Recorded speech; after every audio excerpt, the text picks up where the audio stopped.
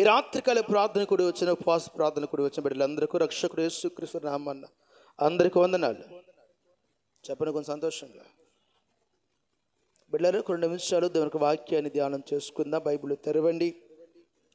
నిన్నటి దినాన్న యుద్ధం వంటి సమస్యలో ఎందుకు ఉపవాసం చేయాలో, ఎలాంటి ఉపవాసం చేయాలో తెలుసుకున్నాం.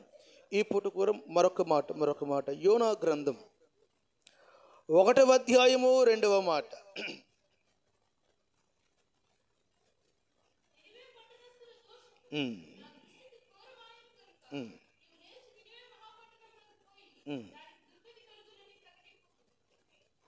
ఆ రీతిగానే 3వ అధ్యాయం చివరి మాట, చివరి లైన్ చదవండి. ఆ నినివే వారు,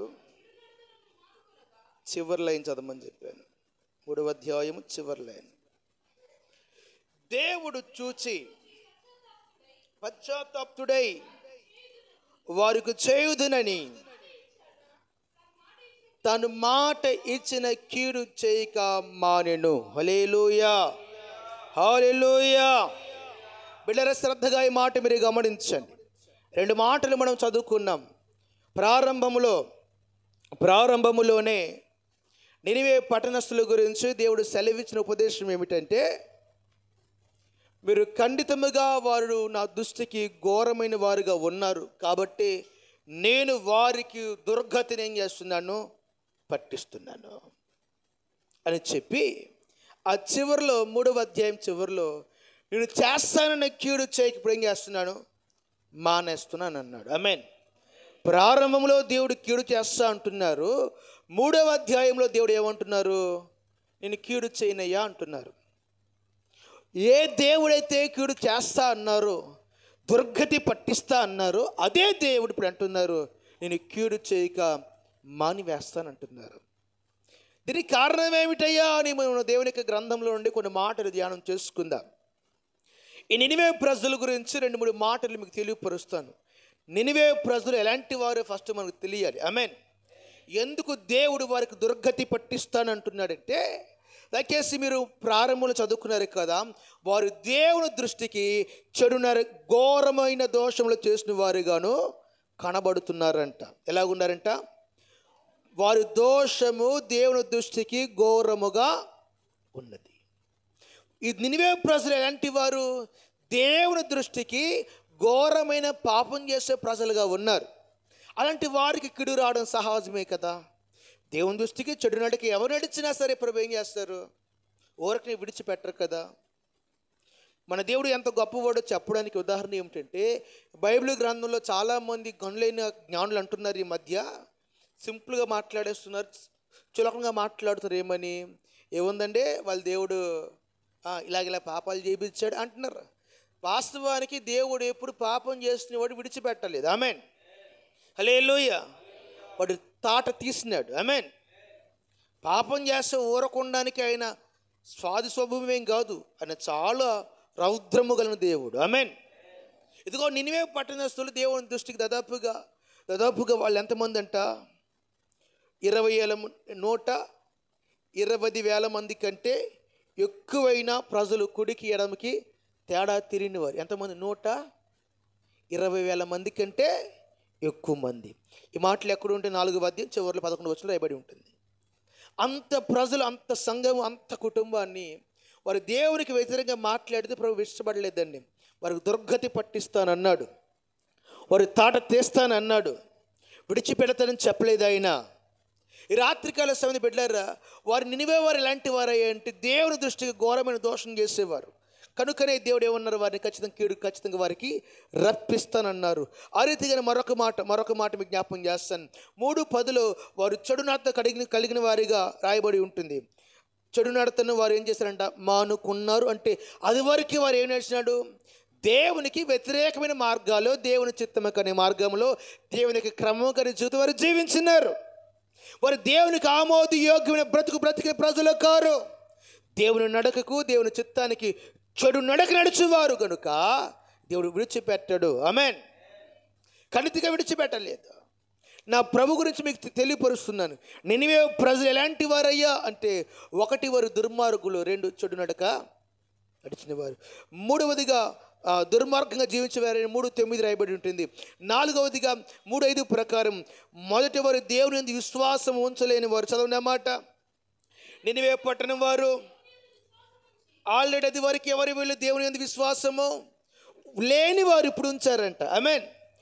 మొదటి అధ్యాయంలో దేవుని యందు వారికి విశ్వాసము లేదు, కానీ ఇప్పుడు దేవుని యందు ఏం చేస్తారంట?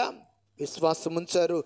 8వ వచనం ప్రకారం దేవుని దృష్టికి వారు కోపము పుట్టించిన వారుగా తెలియపరుస్తుంది. ఆమేన్.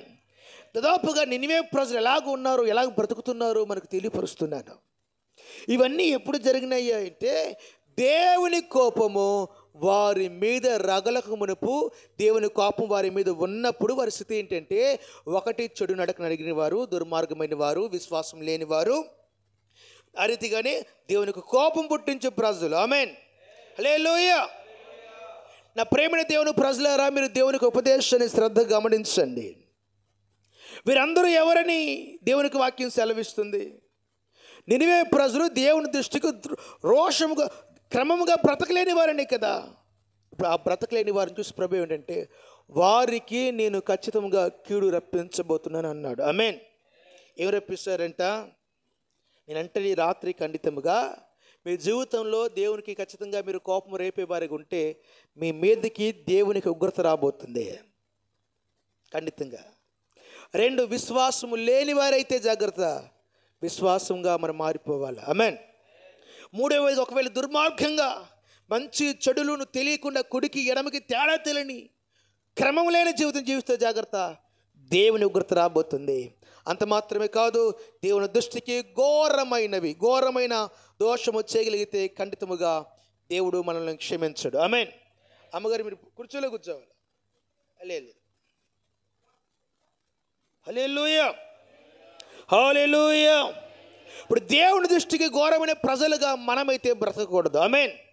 ఎలా బ్రతకూడదు చెప్పండి?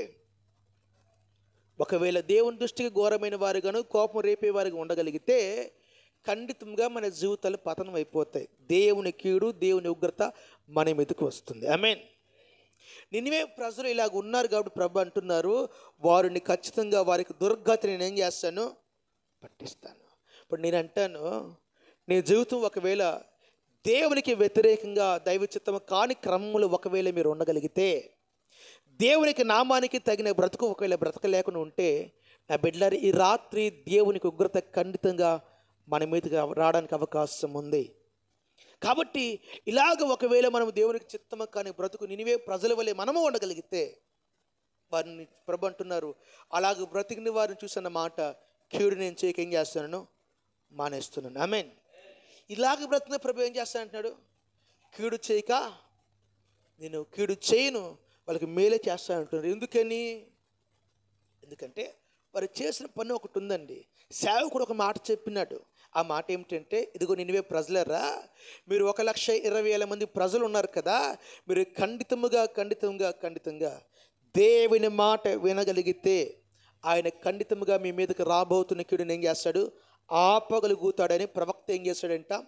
దాదాపుగా సంత వీధులకు వెళ్ళి ప్రకటన చేయగలనే వారందరూ కూడా ఉపవాసమును ప్రార్థన చేస్తున్నారు. ఆమేన్. హల్లెలూయా, హల్లెలూయా. వారు ఉండి ఉపవాసం వారు ఏం చేస్తున్నారు? ప్రార్థన చేస్తే రాబోతున్న ఉగ్రతను దేవుడు ఏం చేస్తాడు? ఆపివేస్తున్నాడు. ఆమేన్. ఇప్పుడు నేను అంటాను, దేవుడు ఎలాంటి వారో ఒక మాట మీరు జాగ్రత్తగా గమనించండి. ఉపవాసానికి మునుపు నువ్వు ఎలా బ్రతికావో నాకు తెలియదు, కానీ ఈ 21 దినాలు ఉపవాస ప్రార్థనలు అయ్యేసరికి నువ్వు ఖండితముగా నీ మీద, నీ గుడారం మీద, నీ వ్యక్తిగత జీవితం మీద ఒకవేళ దేవునికి ఉగ్రత వస్తే దాన్ని ఆపగలిగే స్థితిలో మనం మారిపోవాలి. ఆమేన్. హల్లెలూయా. ఈ ఉపవాస ప్రార్థనలు ఎందుకు అనుకుంటున్నారు? మన మీదకి ఆల్రెడీ దేవునికి ఉగ్రత ఏమైపోతుంది? రావడానికి సిద్ధముగా ఉంది. దాన్ని ఆపడానికి ప్రార్థనలు. మీ గుడారాల మీదకి, మీ కుటుంబాల మీదకి, మీ బిడ్డల మీదకి దేవుని కీడు రాకూడదు. రాకుండా ఉండాలంటే మనము ఖండితంగా ఉపవాస ప్రార్థన చేయవారిగా మారిపోవాలి. ఆమేన్. హల్లెలూయా. ఇప్పుడు వాక్యంలోకి వెళ్ళగలుగుదాం. దేవుని మనసు మారడానికి నినివే ప్రజలు ఎట్టి ఉపవాసం చేస్తారో చెబుతాను. ఆమేన్. దేవుని మనసు మారిందా లేదా చెప్పొచ్చు కదా అందరూ. ఎలా మారింది? కీడు చేస్తానన్నాడు, కీడు ఏం చేయలేదు. ఎందుకు చేయలేదు నాన్న? వాళ్ళు సింపుల్గా ఉపవాస ప్రార్థన చేశారు అంతే. ఆమేన్. ఏం చేశారంట? మరి మీరే ప్రార్థన చేస్తున్నారు, సౌండ్ రావట్లే. నిజం చెప్పండి, ఉపవాస ప్రార్థనేనా? నిజమా కాదా? ఏదో పాస్టర్ గారు కొంత బలవంతం పెట్టాడని ప్రార్థన పెట్టారు, నా మొఖం చూసి పాస్టర్ గోళ చంపేస్తాడని రాపోతని అని వచ్చి కూర్చున్నారా? మీరు ఎలా కూర్చున్నా పర్వాలే, కానీ నీ మీదకి ఒక కీడు రాబోతుంది, దాన్ని ఆపగలిగే భక్తి నీకుంటే చాలు. ఆమేన్. ఏదో ఒక మా బాధ ఏంటంటే దేవుడు మాకు నేర్పిన భక్తి ఒకటి, ఏ విధం చేతనైనను ఒక్కని దేవునికి దగ్గరికి ఏం చేయాలా? లాలించు, బుజ్జగించు, గద్దించు, ప్రేమించు, కోపంతోనూ ఏదో ఒక రీతిగా 21 రోజులు సందులో ఏం చేస్తాం? మిమ్మల్ని బంధించేస్తున్నాం. ఆమేన్. ఎలాగైనా సరే మేము ఎక్కడ దేవుని పాదాల దగ్గర కట్టేయాలనే ఉద్దేశంతో ఈ ప్రార్థన పెట్టేశాను. ఆమేన్. హల్లెలూయా. ఎందుకంటే మన జీవితాల్లో దేవుని గుర్తు రాకుండా మనం అందరం తప్పింపబడాలి. ఆమేన్. అలా తప్పింపబడడానికి నినివే ప్రజలు ఎట్టి ఉపవాసం చేశారు, ఆ దేవుని యొక్క మనసు మారడానికి మనం కూడా అట్టి ఉపవాసం చేయగలిగితే మన మీదకి రాబోతున్న కీడును కూడా దేవుడు ఖచ్చితంగా తొలగించగలుగుతారు. ఆమేన్. హల్లెలూయా. ప్రభు మనసు మారడానికి మనం ఎలాంటి ఉపవాసం చేయాలో చెప్తాను వినండి. దయచేసి 3వ అధ్యాయము 4వ మాట చదవండి. ఇప్పుడు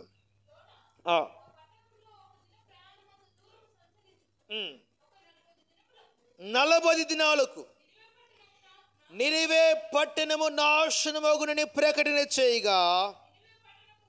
హల్లెలూయా. జాగ్రత్తగా మీరు వినండి. 40 దినాలకు నినివే పట్టణం వాళ్ళు నాశనమగునని ఏం చేశారంట? ఎన్ని రోజులు? ప్రకటన ఎన్ని రోజులు జరిగింది?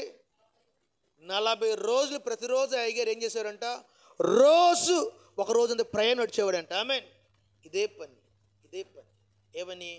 దేవుని ఉగ్రత రాబోతుంది, దేవుని ఉగ్రత రాబోతుంది, దయచేసి మీరు అందరూ మారు మనసు పొందండి అని చెబితే అప్పుడు వారందరూ మారారు. ఆమేన్.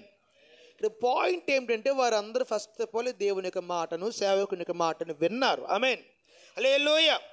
ఇప్పుడు నేను అంటాను ఖండితంగా, మీరు ఎవరి మాట వినాలి? దేవుని మాట వినగలిగితే మీ మీదకి రాబోతున్న ఉగ్రత మీరు ఆపుకోగలుగుతారు. ఆమేన్. దేవుని మాట కానీ విని అలక్ష్యం చేస్తే, నిర్లక్ష్యం చేస్తే ఖండితంగా మీ మీదకి ఉగ్రత వచ్చేస్తుంది. ఆ కీడుని ఎవడు తప్పించలేడండి. సర్వ సమాజంలో దేవుడు మోషేతో మాట్లాడినాడు. అహరోనుకి వ్యతిరేకంగా గుంపులేసిందంట. ఎవరు? కోరాహు, దాతాము, అబీరాము. వారందరూ ఏం చేస్తున్నారంట? మీరు ఎవరి పక్షాన్ని ఉంటే తేల్చుకోమంటే 250 మంది దేవుని యొక్క సేవకుని మాట, దేవుని మాట లక్ష్య చేయకుండా వారు మొండిగా కోరాహు, అబీరాము, దాతాము మాట విని అలాగ ఆగిపోయినారు. భూమి నెరలు విడిచి వారందరూ మింగివేసిందని లేఖనాలు సెలవిస్తున్నాయి. దేవుని స్వరం విన్నప్పుడు నువ్వు మారకుండా నిర్లక్ష్యంగా జీవిస్తే, ఇంకా అదే పాత రోత బ్రతకగలిగితే నీ జీవితంలో దేవునికి ఉగ్రత ఖచ్చితంగా వస్తుంది. అందుకని ఉపదేశం విన్న వెంటనే మన అంతరంగాల ఆత్మ జీవితాల మార్పు ఖచ్చితంగా మనం చేసుకోవాలి. ఆమేన్. హల్లెలూయా. మీ ఆత్మ జీవితంలో దేవునికి అనుకూలమైన మార్పులు కానీ జరగకపోతే, దేవుని యొక్క స్వరాన్ని గుర్తించకపోతే, దేవుడు చెప్పినా మారకపోతే కీడును ఆపుడు ఎవరి తరము కాదు. వారు కుడికి ఎడమకి తేడా తెలియని ప్రజలే, కానీ దేవుని మాట విన్నారు. ఆమేన్.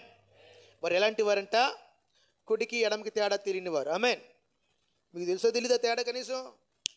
అరే నాన్న, రైజ్ యువర్ రైట్ హ్యాండ్స్. మీ కుడి చేయి ఎత్తుకోగలుగుతారా? ఎత్తుకుంటారా? కొమ్మ తీసి ఏదిరా కుడి చేయి? ఆశ గారు ఎత్తలేదు, ప్రార్థన రాజు గారు ఎత్తలేదు, ఏసాన ఎత్తలేదు. ఎడం చేయతను ఒకసారి. ఎక్సర్సైజ్ ఏం కాదు ఇది. అంటే మీకు కుడి చేయి ఏంటో ఎడం చేయంటో తెలుసు. ఆమేన్. చాలు. అవునా కదా? వారెవరంట? కుడికి ఎడమకి తేడా తెలియని ప్రజలు. ఆమేన్. వాళ్ళే దేవుని మాట అన్నారు, అన్నీ తెలిసి వినట్లేదు అంతే. ఆమేన్. మూర్ఖులు, దుర్మార్గులు. దేవుడు వారి మీద ప్రేమ చూపి సేవకుని పంపించినట్టంట. ఎందుకంటే కుడికి ఎడమకి తేడా తెలియని వారని. ఏది మంచో ఏదో చెడో, లోకమేమిటో పరిశుద్ధత ఏమిటో తెలీదు, చనిపోతే దేవునికి రాజ్యమో నరకమో తెలీదు వారికి. వాళ్ళే విన్నారు కదన్నా. నిజం చెప్పండి, మనకంటే ఎవరు బాగా వాక్యం వినగలుగుతారు? మనకంటే వాక్యం బాగా ఎవరు వినగలుగుతారు? చెప్పట్లేదు మీరు. మనకంటే బాగా సాక్ష్యాలు ఎవరు చెప్తారు? మనకంటే విశ్వాసాలు ఎవరు ఎక్కువ ఉంటారు? మనకంటే దేవునికి అధికంగా ఎవరు భయపడతారు అని చెప్పంటారా? మీకంటే అన్యులే ఎక్కువగా భయపడతారు దేవునికి. ఆమేన్, హల్లెలూయా. ఎవరు భయపడతారు? మీరు నమ్మినా నాకు నమ్మకపోయినా నిజం ఇదే. మీకంటే అధికమైన విశ్వాసం అన్యులకే ఉంది. ఎందుకంటే దేవుడు మనకు రోజు అలవాటు అయిపోయి దైవిక భక్తి విషయంలో, విశ్వాస విషయంలో బయటకు వచ్చేస్తున్నాం. ఎందుకంటే మన దేవుడు కరుణ జాలిగా ఉన్నాడు కదా, క్షమించేస్తాలని ధైర్యం. కానీ విశ్వాసులు అన్యులు అలాంటి వాళ్ళు చెప్పంటారా? వాడు దారిని పోతే దండం పెట్టుకొని యేసుబాబు కాపాడు అంటే వాడు ఖచ్చితంగా కార్యం జరుగుతుంది. దేవుడు వాడిని ఏం చేస్తాడు? అద్భుత రీతి కాపాడుతాడు. ఆమేన్. ఆడే వచ్చి సాక్ష్యం చెప్తాడు. హల్లెలూయా. అలాంటి అన్యులు ఎంతమంది వచ్చి మన మధ్య సాక్ష్యాలు వినలేదు? మనం వినలేదు చెప్పండి. మన సంఘంలో కూడా చెప్పాలంటే శివలాడిలు కూడా చెందిస్తారు, సాక్ష్యాలు చెప్పారు. ఆమేన్. లెక్కితే వేసి రక్తం పట్టుకుని ఊగిపోవాలి. అలాంటి వాళ్ళు కూడా ఏం చేస్తారు? సాక్ష్యాలు చెప్పారే. విగ్రహారాధనకి మారుపేరుగా మారిన ప్రజలు కూడా సాక్ష్యాలు చెప్తున్నారే. నా ప్రేమని దేవుని ప్రజలారా, ఈ రాత్రికాల సమయం ముందు దేవుని మాట మీరు వినగలిగితే మీ మీదకి, మీ గుడారాల మీదకి దేవునికి ఉగ్రత రాదు. ఆమేన్, హల్లెలూయా. ఖండితంగా మీరందరూ కూడా దేవుని మాట విని ఉపవాసం చేసేవారుగా మారిపోదురుగాక. హల్లెలూయా. ఇప్పుడు ఉపవాసం చేసేవారు ఏం చేయాలి చెప్పంటారా? దేవుని మాట విని ఉపవాసం చేయాలి. ఆమేన్. ఎలా చేయాలి చెప్పండి? వారు దేవుని మాట విన్నారు, ఉపవాసం ఉంటున్నారు. ఆమేన్. నువ్వు దేవుని మాట వినకుండా ఉపవాసం ఉంటే ఆ ఉపవాసం చేత కీడును ఆపలేవు. అది నా బాధ. ఇందాక నుంచి మొత్తుకుంటుంది ఒకటే, ఉపవాసం ఎలాగ ఉంటున్నారు కదా, దేవుని మాట విని ఉపవాసం ఉండండి. ఆమేన్. రెండవదిగా 3వ వచనంలో అక్కడే రాయబడి ఉంది, వారు దేవుని యందు విశ్వాసము ఏం చేశారంట? విశ్వాసం ఉంచారంట. ఉపవాసం ఉన్నవాడికి ఏముండాలి ఇప్పుడు చెప్పండి? ఒకసారి మీ పక్క వాడు చేయబట్టుకోండి. ఏం ఫీల్ అవ్వద్దు. మాస్టర్ గారు వెళ్ళిపోతారండి, పక్కవాడు చేయబట్టుకోమంటుంది. పట్టుకో రాజుగారు. ఒక చేతి పాపం వేస్తాను, వదిలేస్తాను, వంటలు చేస్తున్నావు. అది ఇప్పుడు చెప్పండి, నిశ్చయముగా నువ్వు ఉపవాసం ఉంటున్నావు కదా, విశ్వాసం ఉందా? సమాధానం చెప్పండి. ఏదో ఒకటి నీకు అడిగింది అది. అమ్మ తల్లిళ్ళారా, మీరు తెలివైన వాళ్ళరా, తెచ్చి ఏం చెప్పారు సమాధానం? విశ్వాసం ఉందన్నారా? ఏమనండి మాకు తెలియదు బాబు అంటున్నారా? ఇదేం ఉపవాసం రా మీరు చేసేది? నేను నిజంగా విడుదల పొందగలుగుతాను అనే విశ్వాసం మనకు ఉండాలి. ఆమేన్, హల్లెలూయా. విశ్వాసముతోనే ఉపవాసాన్ని ప్రారంభించాలి. విశ్వాసము లేకుండా ఉపవాసము చేస్తే దేవునికి ఉగ్రత నువ్వు ఆపలేవు. వారందరూ కూడా కుడికి ఎడమకి తేడా తెలియని ప్రజలు అయినప్పుడు కూడా దేవుని యందు విశ్వాసం ఉంచి ప్రార్థన చేస్తున్నారు. దేవుడు బలమైన కార్యములు వారి కొరకు జరిగించినారు. ఆమేన్, హల్లెలూయా. ఈ రాత్రికాల సమయం ముందు నినివే ప్రజలు దేవుని యొక్క కోపం ఎలా చల్లార్చారంటే, దేవుని మనసు ఎలాగ మార్చారంటే విశ్వాసము ద్వారా. ఆమేన్. ఒకటి మాట వినడం ద్వారా దేవునికి మనుషుని వారు మార్చారు. 2 విశ్వాసం ఉంచడం చేత ఏం చేస్తున్నారు? మార్చినారు. ఆమేన్. 6వ వచనం చదవండి, కంటిన్యూ. ఆ సంగతి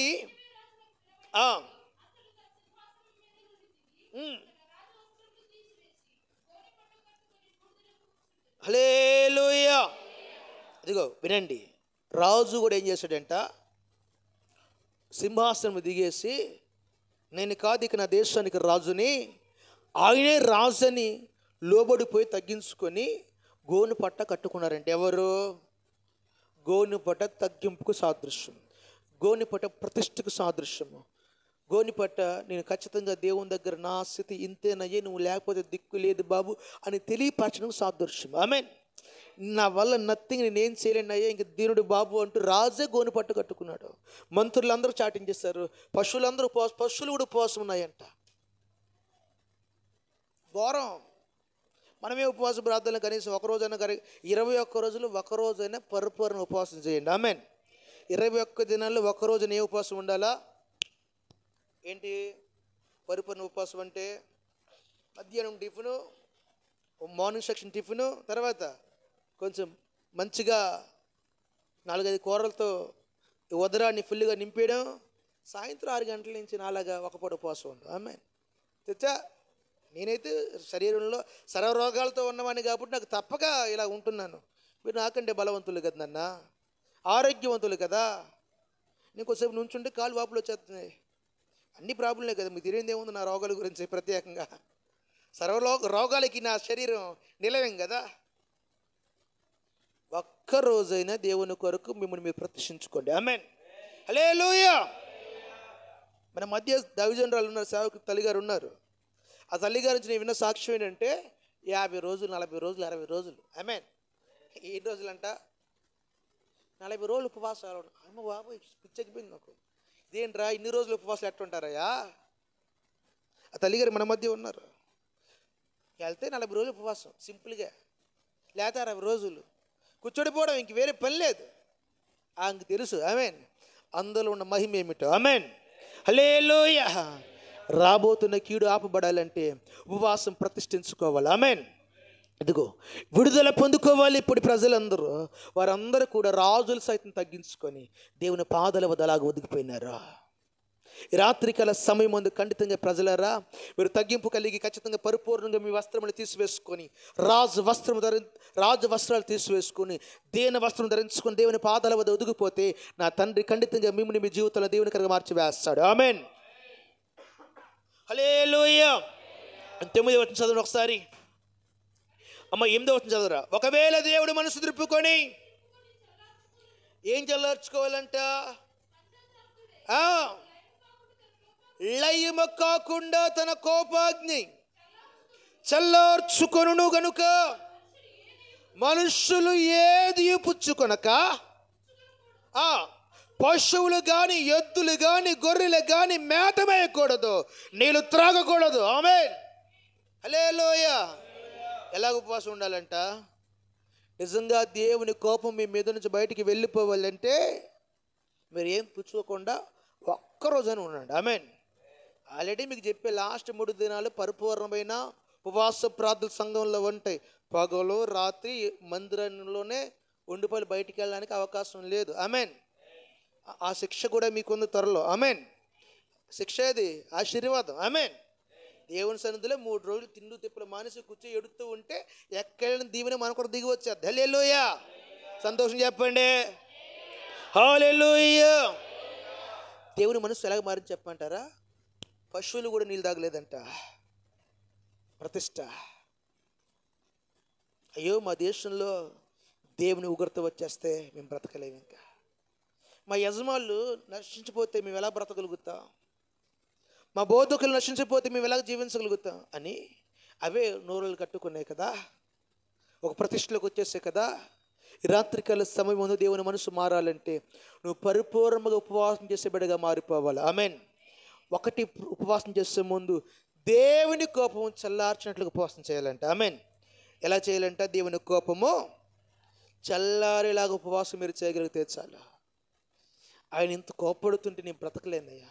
ఏమంటే దేవుని కోపం మన మీదకి వస్తే నిజంగా బ్రతకలేరండి. ఆయన కోపం క్షణం మాత్రం ఉంటుందంటే, కానీ ఆ క్షణం చాలు మన జీవితాలు, కుటుంబాలు తలకిందులు అయిపోవడానికి, బ్రతుకులు విచ్ఛిన్నం అయిపోవడానికి, దేవుని మహిమను పోగొట్టుకోవడానికి ఒక్క క్షణము చాలు. ఆ మహిమ లేకపోతే కష్టం.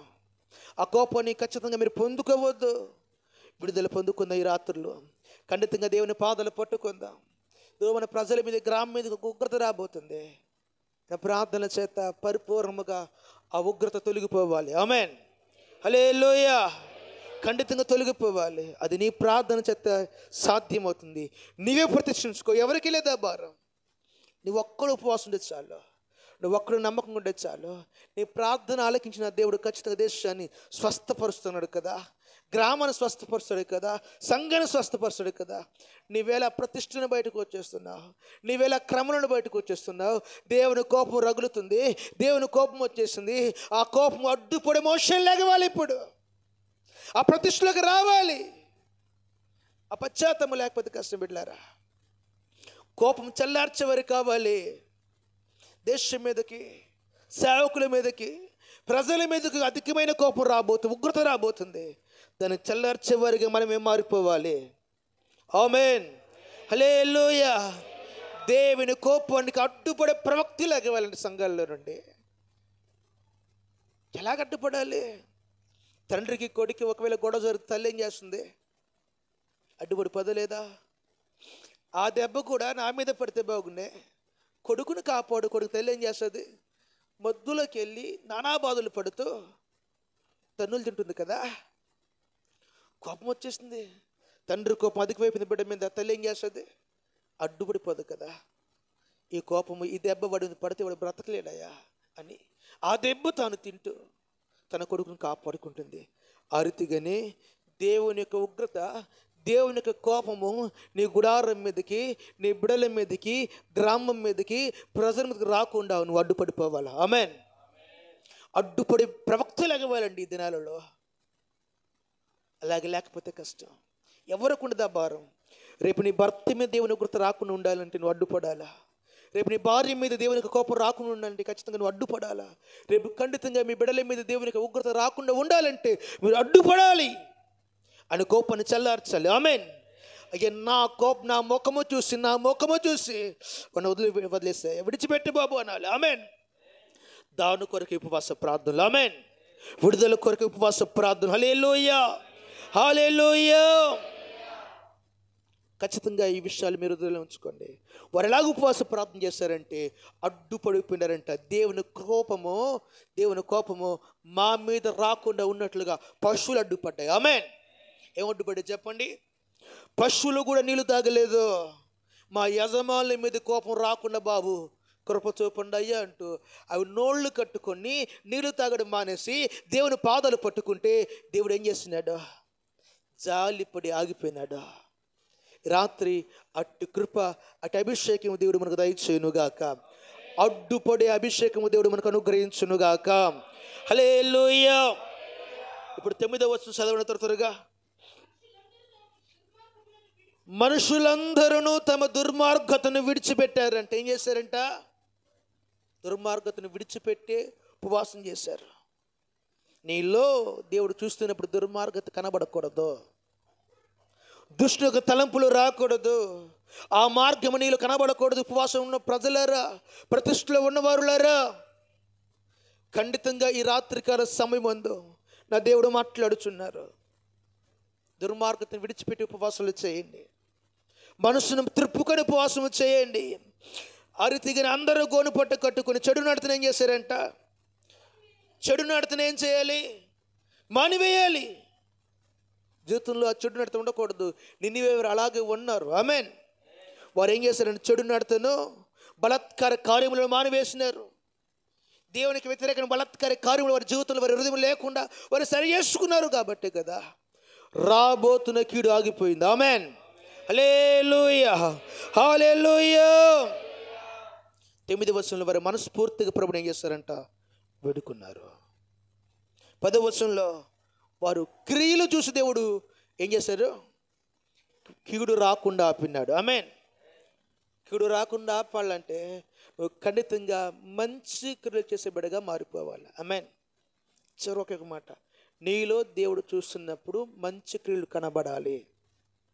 కనబడకపోతే ఉగ్రత. ఖండితంగా వారు ఉపవాసం ఉన్నారు. ఆ రీతిగానే వారు బ్రతుకును మార్చుకున్నారు. ఆ రీతిగానే వారి జీవితంలో ఉన్న క్రియలు మారిపోయినాయి, పనులు మారిపోయినాయి. వారు మంచి పనులు చేస్తున్నారంట. దేవునికి వ్యతిరేకమైన కార్యకలాపాలు వారి జీవితంలో కనబడటం లేదు. దైవ చిత్తము కానీ, దేవుని క్రమము కానీ ఆ బ్రతుకు వారికి లేదు. ఇది వారు మంచి వారికి మారిపోయి దేవునికి, సేవకునికి అనుకూలంగా మారిపోయినారు. ఆమెన్. హల్లెలూయా. ఒక్క మాట, ఉపవాస ప్రార్థన తర్వాత ముందు ఎలాగునో నాకు తెలియదు, కానీ ఈ 21 దినాలు అయిపోయిన తర్వాత నీలో ఒక పూర్తి స్థాయిలో ఒక మంచి క్రియ ప్రారంభం కావాలి. ఆమెన్. వ్యర్థము కాకూడదండి. ఆల్రెడీ 4 దినాలు గడిచిపోయినాయి. ఇంకెన్ని రోజులు ఉన్నాయి? ఇంకెన్ని రోజులు? మహా అయితే 16 రోజులు.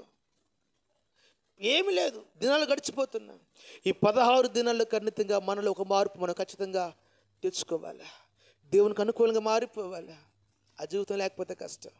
ప్రభు చూస్తాడు, ఇన్ని రోజులు నా బిడ్డలు నా సన్నద్ధి ఏడుస్తున్నారు కదా, వారిలో ఏ క్రియలు ఉన్నాయి, ఏ మంచి ఉన్నాయి. నినివే ప్రజలు ఉపవాసం మునుపు ఘోరంగా బ్రతున్నారు సార్, కానీ ఉపవాసం తర్వాత వారిలో మంచి క్రియలు ప్రారంభమయ్యినాయి. ఆమేన్.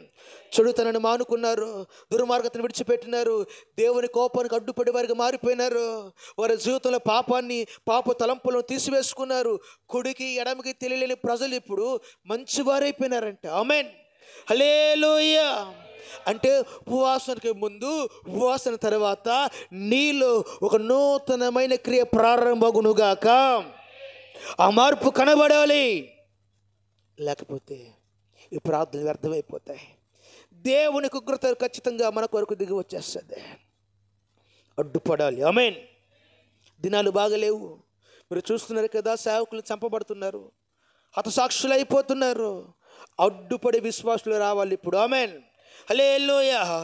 విశ్వాసులు ఎలాగ ఉండాలంటే, సేవకులు ప్రాణాలు పోతూ ఉంటే వారి కొరకు ఉపవాసం ఉండి ఆది అపోస్తలుల పరిచర్యలు ఏ రీతిగా అయితే సేవకులు చెరకు అప్పచెప్పబడుతున్నారో, ప్రాణాలు పోగొట్టుకుంటున్నారు, వారి నిమిత్తం వారందరూ ఉపవాసాలను ప్రార్థన చేస్తున్నారంట. ఆమేన్. హల్లెలూయా. హల్లెలూయా. అయ్యో, స్టెఫెను చంపేశారు. అయ్యా, పౌలును కూడా తీసుకుని లోపలేశారు, పేతురు కూడా లోపలేశారు. ఇక మాకు ఉపదేశం ఇచ్చేది ఎవరని సేవకులందరూ చెరసాలకు వెళ్ళిపోతూ ఉంటే దేవుని సంఘం ఏం చేసి చెప్పమంటారా? ఉపవాసముడి ప్రార్థన చేస్తున్నారు. ఆమేన్. ఇప్పుడు సేవకునిగా మేమందరం ఖచ్చితంగా పట్టబడుతున్నారు. మీరు చూస్తున్నారు కదా, మొన్నటి దినాల్లో ఒక గొప్ప సేవకుని చంపేస్తారు అమెరికా దేశంలో. ఆమేన్. అమెరికా ఎలాంటి దేశం? క్రైస్తవ దేశం. అలాంటి దేశంలోనే గనుడైన సేవకుని చంపేస్తున్నారు. ఆయన చెప్పిన బోధ ఏమిటంటే, గే సిస్టాన్ని వ్యతిరేకించినాడు, స్వలింగ సంపర్కణ పాపం అన్నాడు, విగ్రహారాధన పాపం అన్నాడు, వ్యభిచారం తప్పు అన్నాడు. మీరు మోడర్న్ కల్చర్లో పడి క్రీస్తు ప్రేమను మర్చిపోతున్నారని బోధించండు. అది చాలా తప్పుగా భావించి చంపేసినారు. ఇప్పుడు విశ్వాసం ఎలాగ ఉండాలి చెప్పమంటారా? సేవకులు మరణిస్తూ ఉంటే వారి కొరకు మీ నడుములు కట్టుకొని ప్రార్థన చేసి వారిగా మారిపోవాలి. ఆమేన్. హల్లెలూయా. వారి నిమిత్తమే కాదు, మీ గుడారాల కొరకు, కుటుంబాల కొరకు కూడా మీరే ప్రార్థనలు చేయాలి. ఆమేన్. లేకపోతే కష్టం. నినివే ప్రజలు ఆ రీతిగా ఉపవాసం ఉండి దేవుని శాంతపరచినారంట. ఆమేన్. హల్లెలూయా. ఇప్పుడు నేను చివరికి ఒక మాట చెప్పి ముగించేస్తాను. నీ మీదకి, నీ గుడారం మీదకి ఉగ్రత రాబోతుంది. అర్థమవుతుందా? చేస్తారనో చెప్పండి రా. మీ కుటుంబాల్లో సినిమా పాటలు వినబడుతున్నాయంటే ఖండితంగా మీ మీద ఉగ్రత రాబోతుంది. ఖచ్చితంగా చెప్పగలుగుతాను నేను. మీ కుటుంబాల్లో ఇంకా సీరియల్ మోత వినబడుతుందంటే ఖచ్చితంగా మీ గుడారానికి కీడు రాబోతుంది, కీడు తలబెట్టబడుతుంది. మీ బిడ్డలు ఇంకా సినిమాల చుట్టూ తిరుగుతున్నారంటే ఖండితంగా కీడుకి అది కారణమే. ఎందుకంటే లోకం యొక్క పోకట కదా, అది మనలో కనబడకూడదు. ఇంకా త్రాగుడు, ఇంకా వ్యభిచారం, ఇంకా పాపం కనబడుతున్నాయంటే ఖచ్చితంగా దేవుడు మన మీద కోపంగా ఉన్నాడని లెక్క. మీ బిడ్డలు మీ మాట వినకుండా పెడతనంగా వెళ్ళిపోతున్నారు, మందిరాలు కనబడట్లేదంటే దానికి కారణము దేవుని కోపం మీ గుడారాల మీద రగులుకుంటుందని. ఇన్ని సమస్యలు పట్టుకొని ప్రశాంతంగా ఎలా నిద్రపడుతుంది? ఒక ప్రశ్న అడుగుతాను నేను. ఇన్ని ప్రశ్నలు ఏమొద్దండి, ఇన్ని సమస్యలు నీ కళ్ళ మీద కనబడుతున్నాయి. మన ఇళ్ళల్లో టీవీ లాగిపోవట్లేదు కదా, ఆడుతున్నాయి లేదు చెప్పండి. టీవీలు మోగుతున్నాయి, బిడ్డల మాట వినట్లేదు, సినిమాలు అంటున్నారు, త్రాగుడు కనబడుతుంది, వ్యభిచారం కనబడుతుంది, బూతులు వినబడుతున్నాయి. ఇవన్నీ దేవునికి వ్యతిరేకమైనవి కదా. ఆ వ్యతిరేకమైన క్రియ ఉంటే దేవుని కోపం ఉండదా? శాంతం ఉంటుందా? మీకు నిద్ర పట్టకూడదు. ఆమేన్. అయ్యో, ఇన్ని నా కుటుంబంలో కనబడుతున్నాయంటే ఖండితంగా దేవుని కోపము నా మీద బహుబలముగా ఏం చేస్తుంది? రగులుకుంటుందని నువ్వు నడుము కట్టుకొని నీ బిడ్డకుని దేవునికి మధ్య నువ్వు అడ్డుపడిపోవాలి. ఆమేన్. హల్లెలూయా. అప్పుడు దేవుడు వారి మనుషులు మార్చగలుగుతారు. ఆమేన్. నువ్వు యోనా వలె పారిపోతున్న బిడ్డ, పోత పోనాడు సావాడు చత్తాలి, నాకేం పోయింది, వాళ్ళు దుర్మార్గులు, ఆడి మాట అని వదిలిపెట్టకు. వారు మాట వినని వారే, కానీ దేవుడు మనసు మార్చుకున్న దేవుడు కదా, మనుషులు మార్చేసేవాడు కదా. ఆమేన్. కుడికి ఎడమకి తెలియని వాడిని దేవుడు మార్చేశాడు. మనల్ని మార్చలేడా? మీ బిడ్డల యొక్క జీవితంలో ఘనమైన కార్యం జరిగించలేరా? మీ భర్తల జీవితంలో, మీ భార్యల జీవితంలో ఒక బలమైన కార్యం నా తండ్రి జరిగించునుగాక. హల్లెలూయా. దేవుడు మనసు మార్చి ఉపవాసం మనం అందరూ చేయుదుముగాక. హల్లెలూయా. ఈ రాత్రి ఇంటికి వెళ్ళిన తర్వాత నిద్ర అనేది ఏం చేయాలా? బాగా ప్రశాంతంగా నిద్రపోవాలా.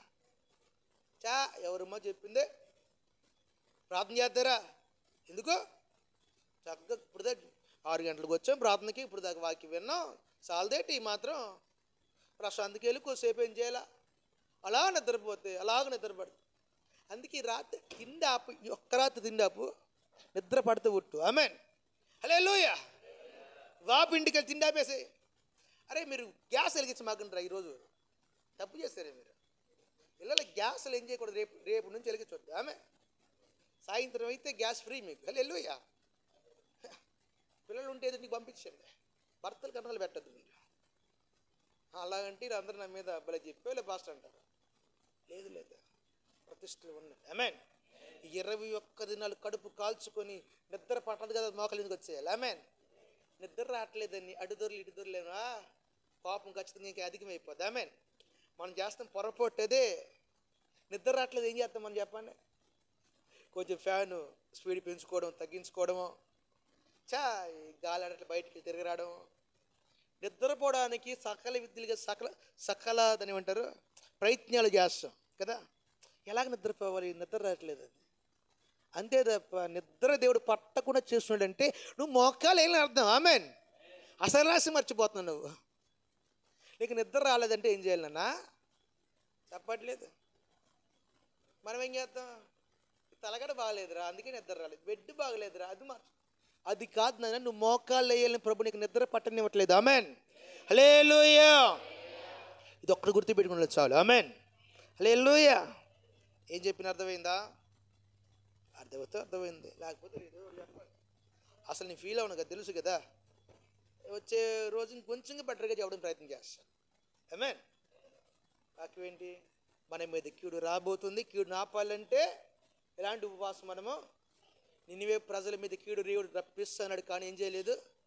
నీ మీద కూడా దేవుడు కీడు రప్పిస్తా అంటున్నాడు. కీడు ఖచ్చితంగా రప్పించడు. అది ఆపబడాలంటే ఖచ్చితంగా దుర్మార్గతను విడిచిపెట్టాలి, సేవకుల మాట, వాక్య దేవుని మాట వినాలి, విశ్వాసం ఉంచాలి, వస్త్రాలు మార్చుకోవాలి, అరితిగానే గోని పట్ట కట్టాలి, ఖచ్చితంగా పశువులతో సైతం అన్నీ కూడా పరిపూర్ణంగా ఉపవాసం ఉండాలి.